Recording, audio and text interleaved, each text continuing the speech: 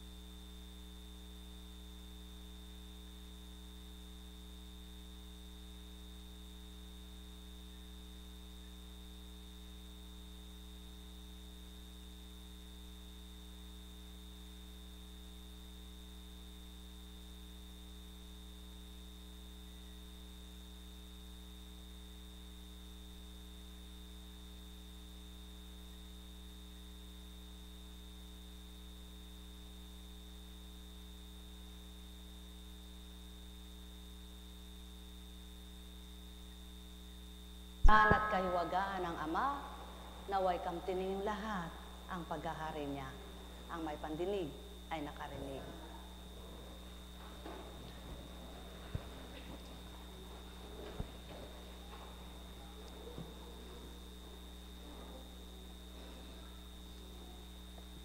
Kay hirap ngang liripin ang karunungan ng Ama.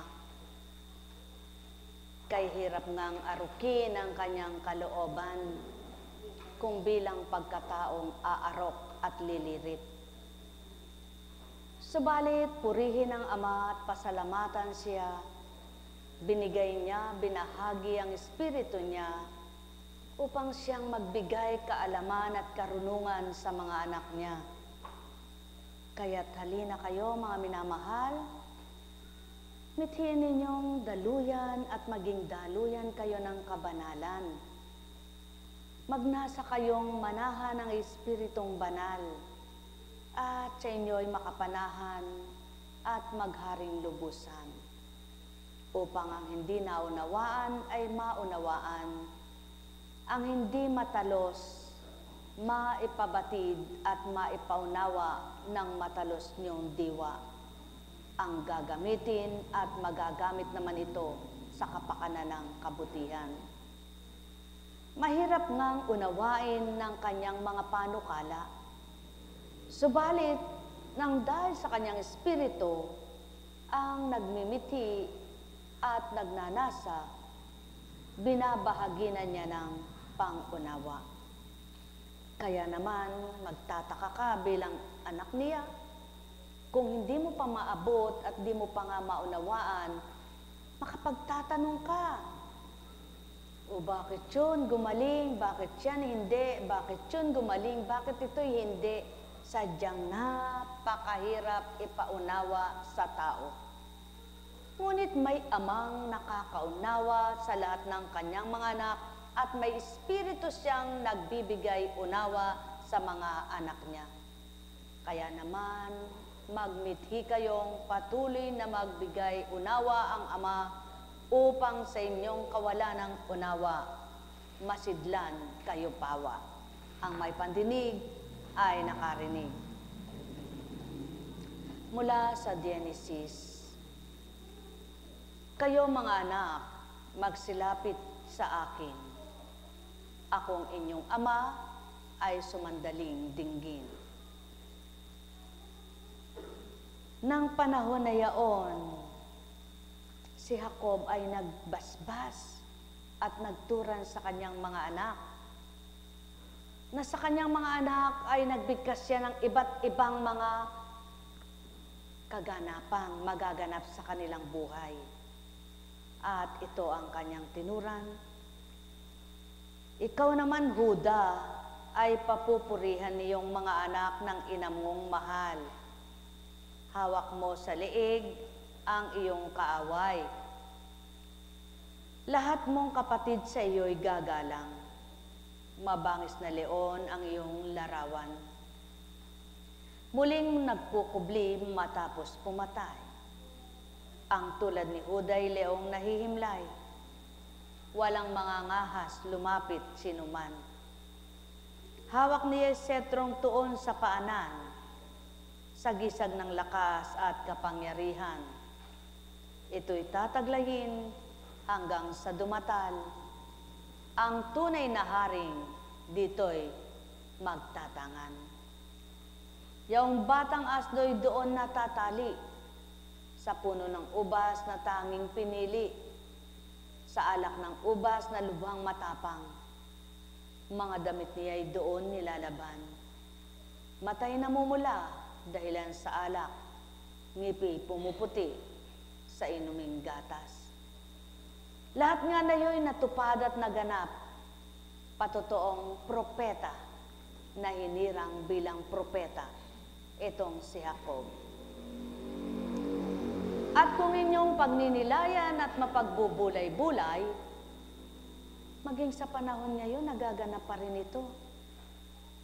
Sa mga nagtitiwala, naniniwala at tapat ang pagtanggap na patutupad at napapakita ng Ama ng salita niya ay salita niya at ang mga ginagamit niya ay sinidlan niya ng talino at galing upang makapangusap.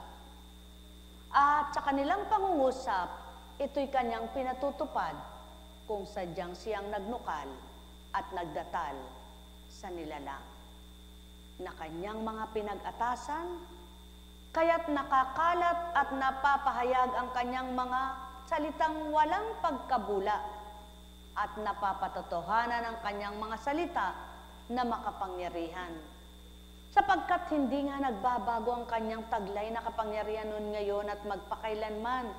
Kaya naman napakabuti niyang magbigay, napakasarap niyang magmahal kung kikilalanin lamang.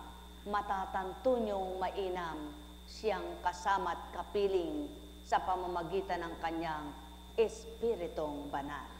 Ang may pandinig ay nakarinig.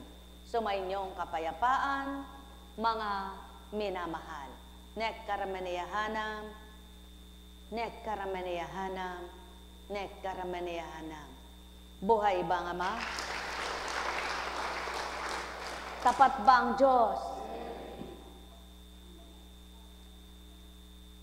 Kanina, habang ako'y naroroon sa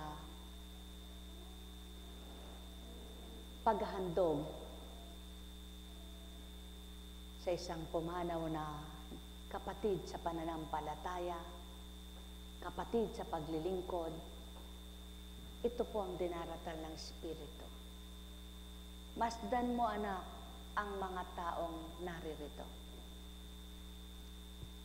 At suriin mo ang nakahiga sa kanyang ataol ng turingan na hindi na baabangon kailanman. Siya ba'y mayaman? Siya ba, anak, ay tinitingala sa kanyang kayamanan? O dili kaya'y tinitingala siya sa kanyang kakayahan? Bakit nalikom at natipon ng mga taong nag-aalay na ito? Yaw ng patutuo, anak.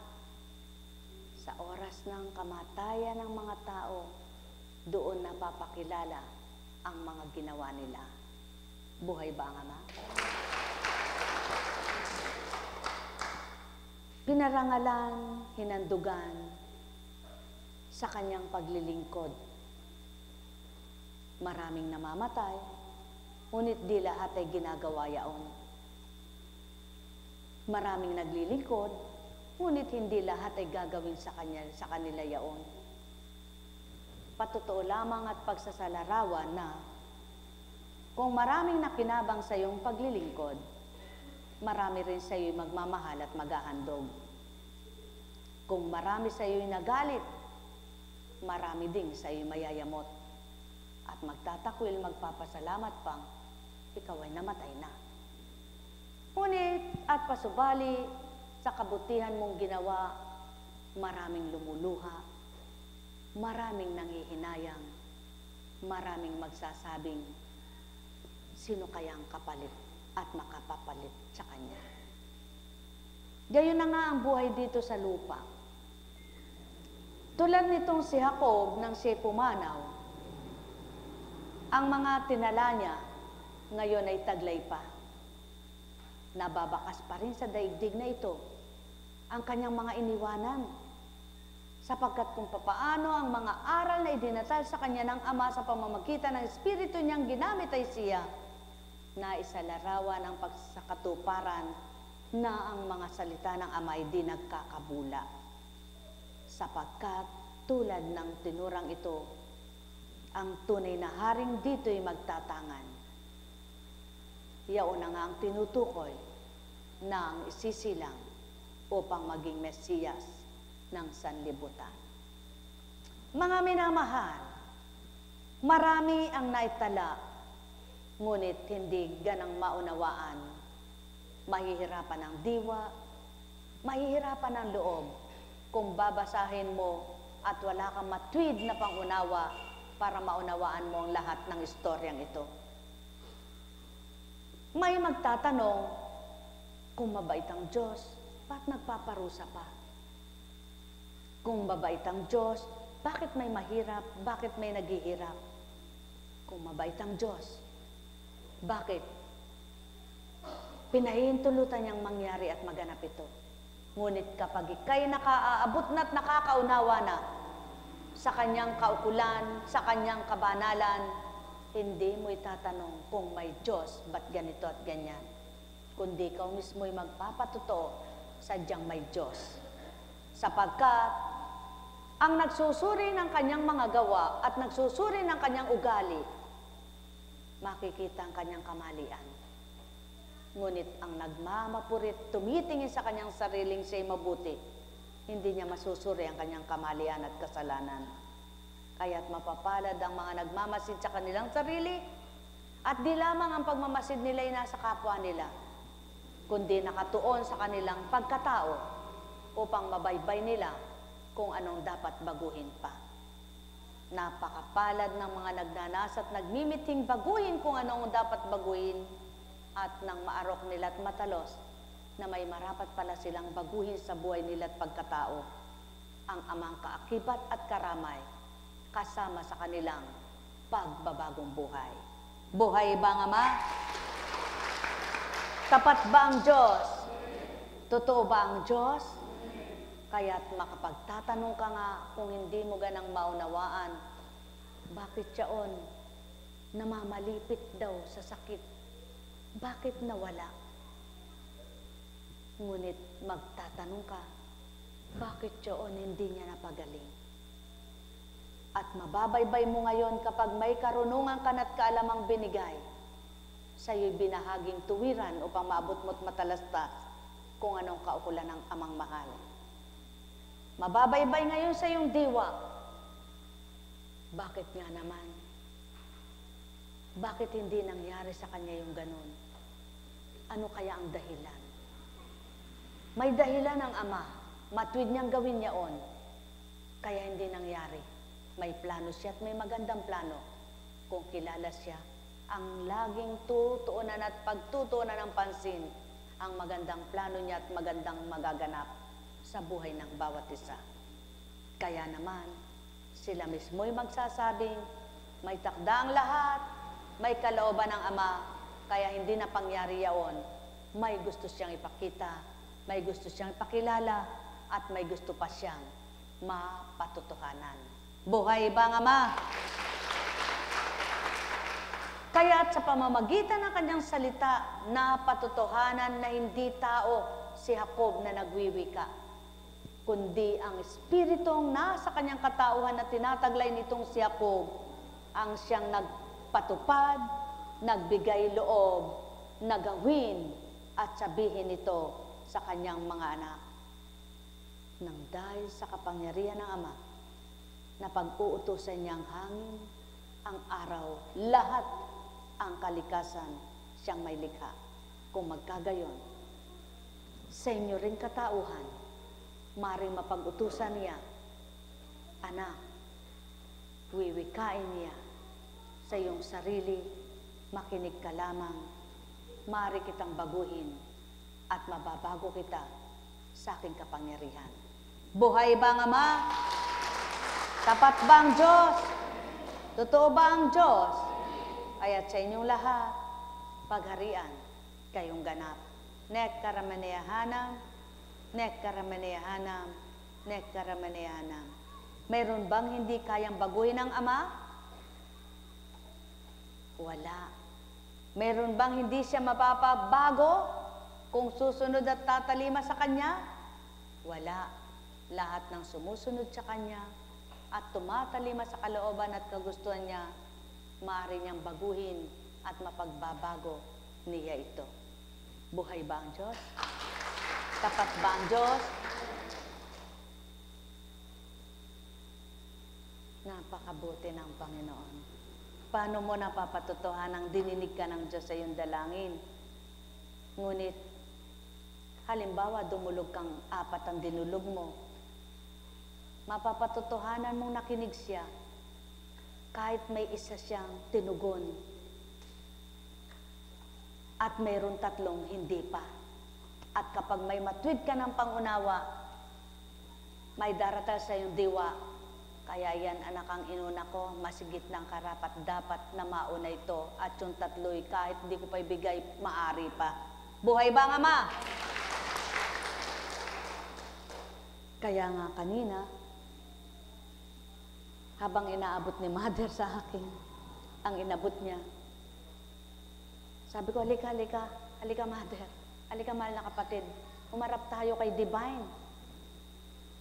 Sa tuwing may kaganapan sa mga dinulog ko, ako yung nagpupurit, nagpapasalamat sa Kanya. Totoo pa lang, narinig niya. Sabi ko po kasi kanina, Mother, dinulog ko Panginoon, ituro mo po ang kaparaanan kung paano ako magkakaroon ng tigbe 20-20. Kasi po, wala po akong 20 malulutong Kung may pera ka man, kung halimbawa may pagpapalit ka, kung hindi naman malakas ka sa bangko, di ka nagdi-deposit, papalitan ba yan? Basta, sabi ko, Panginoon, bigay mong pamamaraan. Nung buksan, Mother, 20-20. Sabi ko, 20-20 nga. Salamat sa Panginoon. Pag minithi mo'y maganda, ang layunin mo'y maganda, mabutit makabubutit hindi sa iyong sarili, sigurado tutugunin ka.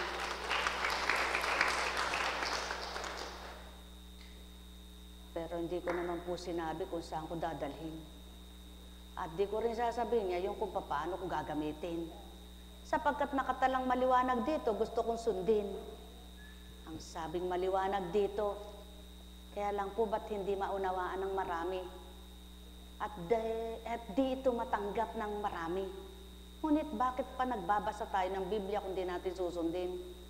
Maliwanag na nakasaad dito sa banal na aklat. Kung ika'y magbibigay, kahit sa pinakamatalik mong kaibigan, hindi mo na marapat pang ipaalam. Ang inabot ng kanan, di na kailangang abutin pa ng kaliwa. Kaya sabi ko sa kanya, pasensya ka na, pares tayong di nakakaalam ng ating ginagawa. Kung naglilihiman tayong dalawa, alam naman ng Ama kung anong pinaglilihiman natin sa isa't isa. Pabayaan natin ang Diyos ang nakakaalam, bayanan natin, wag nating tularan ng iba. Tayo naman dalawa ay nagkakaintindihan. Buhay po ba ang Diyos? Hindi kita tatanungin kung anong gagawin mo at ginagawa mo. Ako rin, di mo inuurir at di mo tinatanong. Pero ang Diyos alam ang ginagawa natin dalawa. Kaya makakatitig tayong diretso sa harapan ng tao. Buhay ba ang Ama? At yan po ang nakakatakot gawin. Yung ipangalandakan mo ang Diyos, pagkatapos dinadaya mo sarili mo at kapwa mo tao niloloko mo.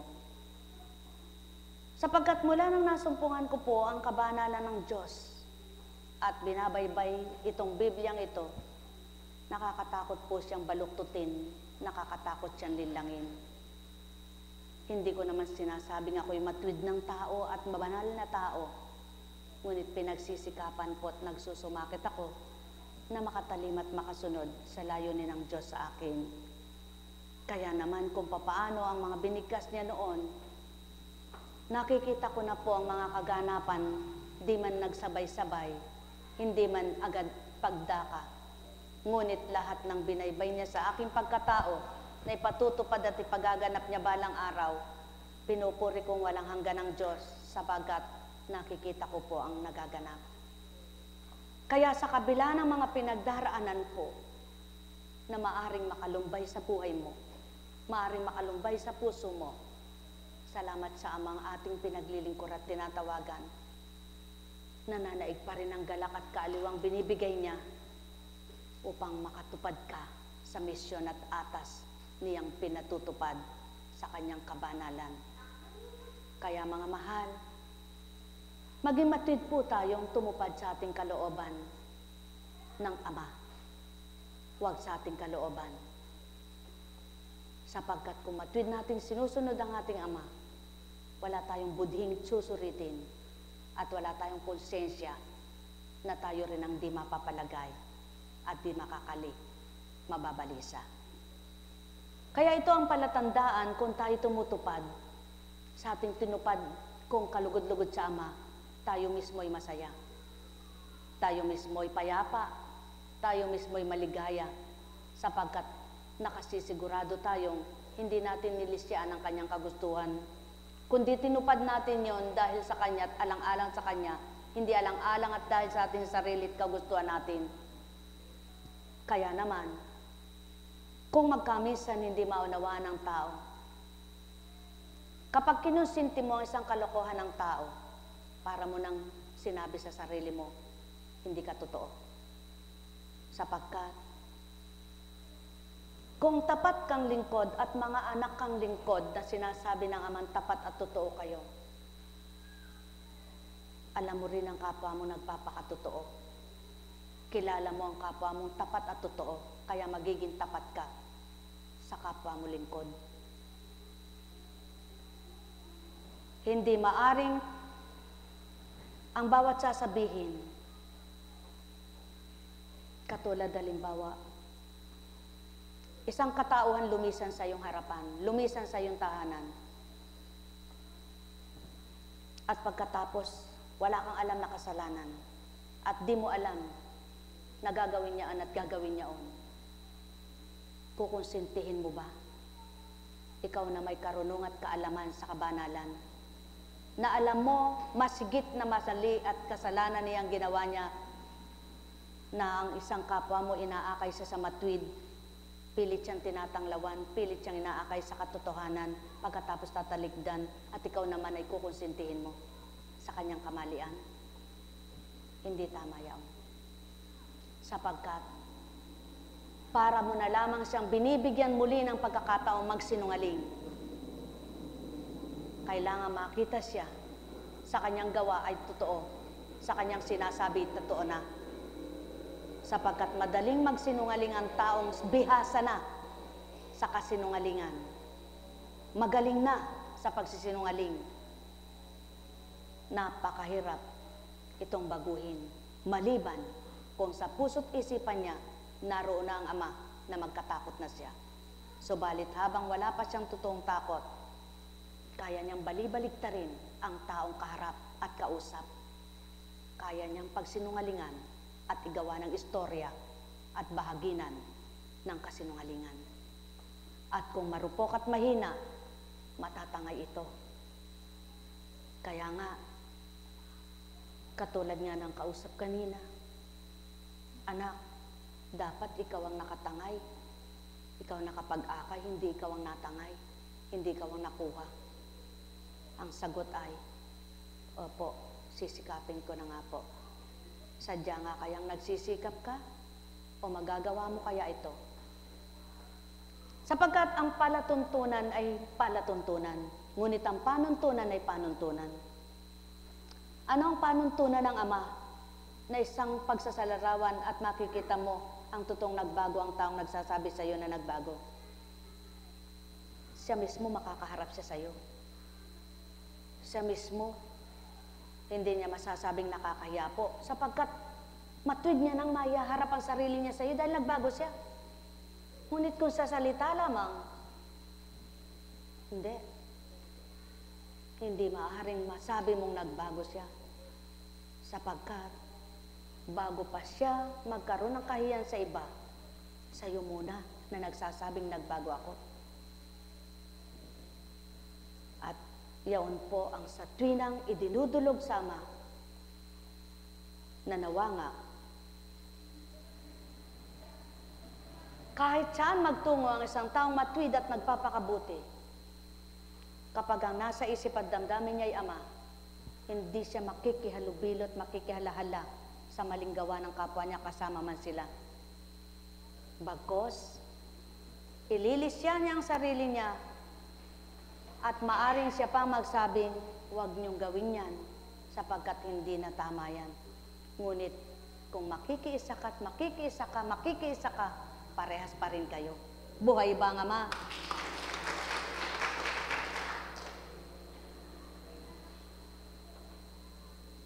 Kaya nga,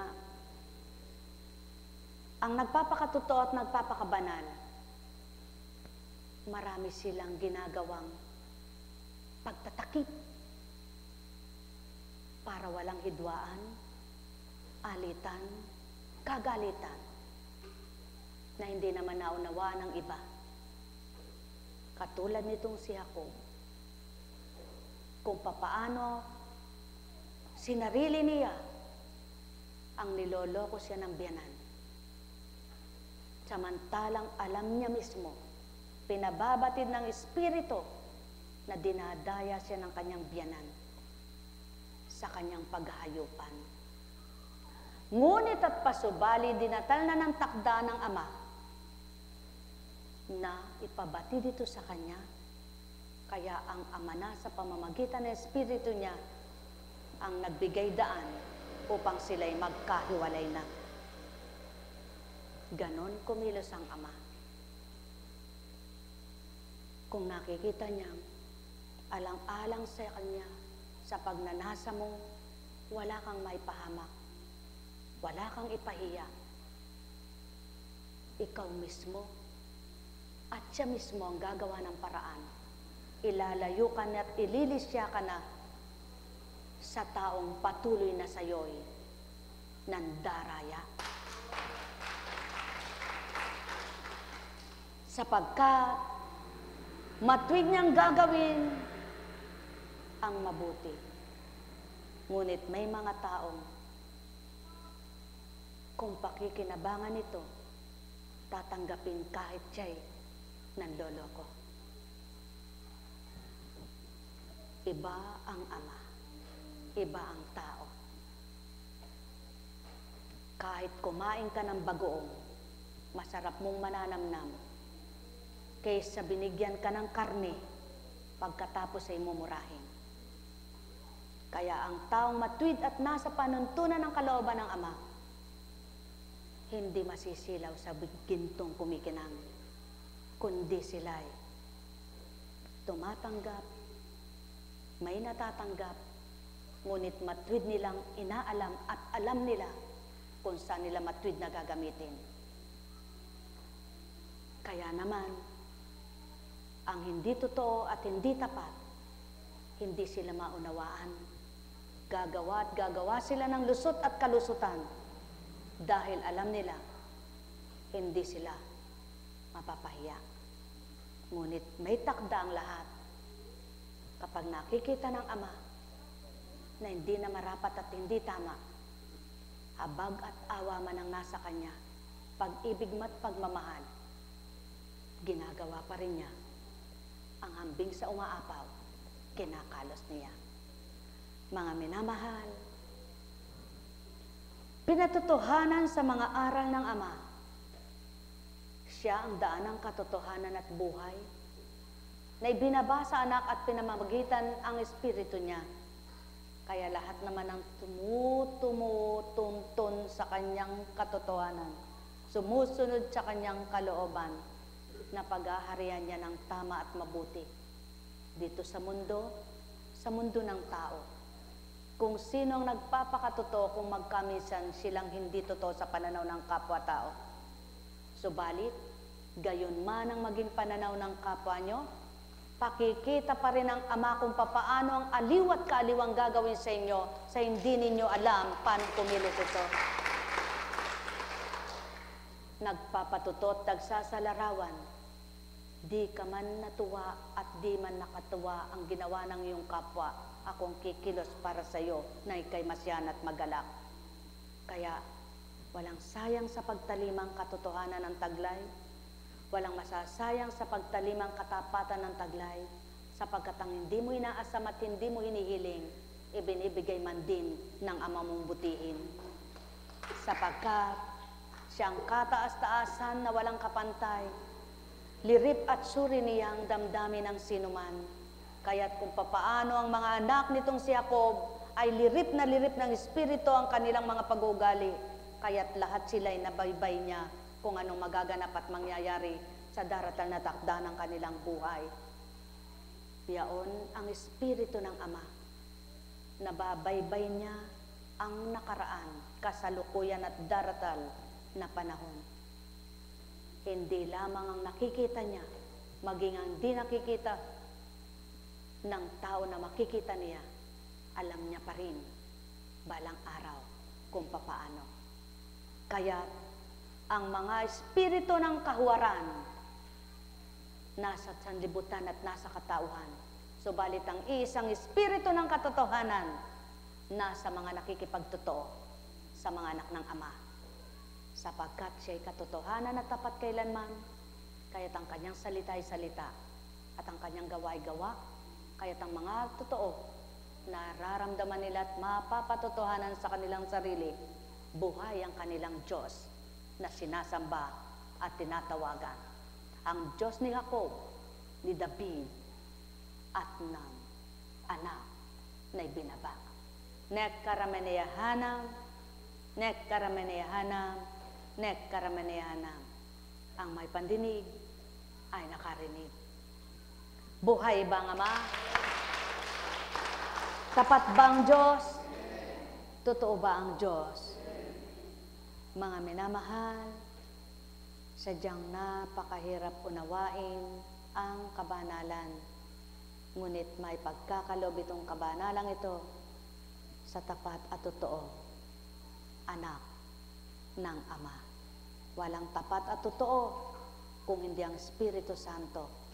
Kaya't ang mga nagtataglay nito, may pagsasabuhay at may sasabuhay nila ang salita ng Ama. Pagharian kayo, mga minamahal ko. Buhay ba ang Diyos? Tapat ba ang Diyos? Totoo ba ang Diyos? Bilang isang apo kuntsing na ikukwento ng kapwa-tao, ngunit ang alam ni Apo Kuntsing ay di maikwento at maibahagi kahit kanino. Yun ang malaking pagkakaiba, ngunit hindi bali, hindi malungkot at hindi nakakalungkot, sapagkat matwid yaon na marapat tuparin. Kaysa ang alam mo, makahamak ka ng kapwa mo at makapagpahamak at makasira, para lamang mapabatid mo, mainam pang manahimik ka, ang Ama na lamang ang nakababatid ng lahat ng ito. Kaya nga, ipanalangin na ang kaganapan sa buhay niyo ay maging mabuti at huwag maganap sa buhay ninyo ang mga nagaganap sa kapwa niyong hindi niyo gusto. Kung di niyo gagawin yun, mapatutupad ng Ama ang mabuti para sa isa't isa. Pagharian kayo, mga minamahal ko. Nekkarameneyahanam, Nek karamaneyahanam, nek karamaneyahanam. Buhay ba ang Diyos? Tapat ba ang Diyos? Sa dakong ito, pag may lumisan, hindi mo maaring siraan. Hindi mo maaring sabihin, kaya umalis yan, ganyan, ganyan, ganyan. Ngunit ang lumisan, maaring masira at manira nitong gawain ito. Buhay ba ang Ama? Kaya, sa mga nagtataglay ng katapatan, katotohanan, liwanag na mula sa Espiritu, matatalos niyo ang lahat ng binigkas sa harapan niyo. Pagarian kayo, mga mahal ko. Buhay ba ang Diyos? Buhay ba ang Diyos? Tapat ba ang Diyos? Totoo ba ang Diyos? Sa buhay ng tao, ang may takot sa Ama at may katotohanang taglay, inapi na, umiyak na, di pa makapanumbat, di pa makapanugod. Ngunit, ang walang takot, kung ano ginawa mo, gagantihan ka nito. Buhay ba ang Diyos? Kaya mas masarap na ang Ama ang gumanti, wag ikaw, tao ka lang. May wakas, may hangganan, ang kakayahan at buhay. Alam kong may magagawa ang Ama. Alam kong may magagawa ang Ama. Pagka winika niya, manalig ka na. Bawat araw ako sa inyo naghihintay. Alam kong diringgin kayo ng Ama. Alam kong diringgin kayo ng Ama. Pagka winika niya, manalig ka na. Bawat araw ako sa inyo may nakalaan. Mayroong magandang mangyayari sa inyo. Aking mga minamahal, mayroong magandang mangyayari sa inyo. Manali, umangkin at tanggapin. Ay?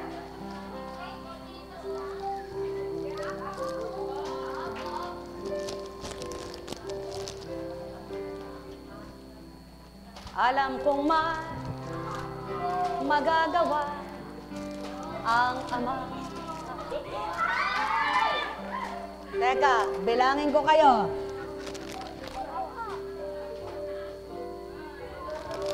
Oh, halika kayo. Teka. Magmaniobra ka nga dito, anak. Oh, bawat dalawa, hati sila. Oh, hati kayong dalawa. Hati kayong dalawa. Oh, hati kayong dalawa. Hati kayong dalawa. Asan si? Hati kayong dalawa. Ayan. Hati kayong dalawa. Ayan. Bait ka, bait. Alam kong may magagawa ang Ama. Alam kong may ate-ate magagawa ang Ama. Pagka nahati-hati na kayo eh. O, hati kayong dalawa. Hati kayo. Alam kong magagawa ang Ama. Laging tatandaan, may magagawa ang Ama. Kapag naglilingkod ka, at isang lingkod ka, at nagnanasa kang maglingkod ng tapat at totoo, may pinagdaraanan ka, na kung sa pagkatao mo'y di mo kaya, isisiksik sa'yo ng Ama mo, anak, mas marami ang nangangailangan. Kung titigibin mo ng lumbay ang puso mo sa iisang pinagdadalamhati mo, paano na ang gagawin? Huwag kang patatalo sa iisa, kundi laging panalo ka, na marapat tuparin at tupdin mo ang sa akin, huwag ang sa tao. Kapag nanguna ang sa akin, kasunod nang para sa tao. Ngunit kapag nanguna ang tao, talo ang sa akin. Kaya't panalunin mo ako nang mapagtagumpayan mo itong mundo. Kaya, kung mapapaniwalaan nyo lamang ang salita ng Ama, kung matutupad nyo lamang ang gawa niya, tuwirang lahat nga kayo, batin nyong may gagawin siya. Plano niya'y maganda, gawa niya'y kay inam, tapat siya kanino man, may maaasahan kayo sa kanya sa oras ng kagipitan. Sumayinyong kapayapaan, pagarian kayong tuwiran, malubos ang kasiyahan, kagalakay inyong kamtan, pagpalain kayo. Buhay ba ang Ama? Tapat ba ang Diyos? Kaya nga, purihin nyo at pasalamatan ng Ama habang ginagamit kayo, na may lakas sigla ang katawan nyo, sapagkat kapag nanlambot na't nagupo na kayo, hindi na magagamit ng Espiritu katawan nyo. Kaya gamitin ito sa kabutihan at magpakabuti upang manahan sa inyo ang mabuting kaloob ng Ama, at huwag manaig ang pagkatao at matalo ang inyong mga lakas na dapat ay ang mahina ay mapapalakas pa. Mahal na mahal ko kayo. Tuwiran kong tinuturan, mahal na mahal ko kayo. Napakabuti ng Ama, napakadakila niya. Kung nanghihina kay may pampalakas siya, kung nalulumbay kay may pang-aaliw siya, kung wala ka may ibibigay siya, kung natatakot kay may tapang siya, kung nasa dilim kay magliliwanag ka kapag hinanap mo at nasumpungan mo siya. At kung wakas na ng buhay mo, wala nang mangyayari pang maganda at mabuting kagalingang ibibigay sa iyo. Subalit, kung pagagalingin ka at bubuhayin ka pa, anuman ang tinamasa mo't naranasan, may gagawin at magagawa pa rin siya. Kaya't lagi niyong asahan ay siya at manalig kayo sa kanya. Ang bawat araw may magagawa siya. Bawat segundo, minuto, oras ng buhay ng tao, buong magdamag, paglingap pa rin ay kaharap ninyo siya. Bawat oras, hindi man masilayan, hindi man makita, kaharap nyo siya. Kung kakaharapin ninyo ang mabuting mga gawa niya. Sa pangalan ng Diyos Ama, Diyos Anak, Diyos Espiritu Santo, humayo kayong taglay ang liwanag, ang mabuting pag-iisip at kaloobang mainam, at taglayin ninyo ang papagpala niyang espiritual sa buhay nyo. Pagpalain kayo. Tayo na, mga mahal. Mababait po kayo, no?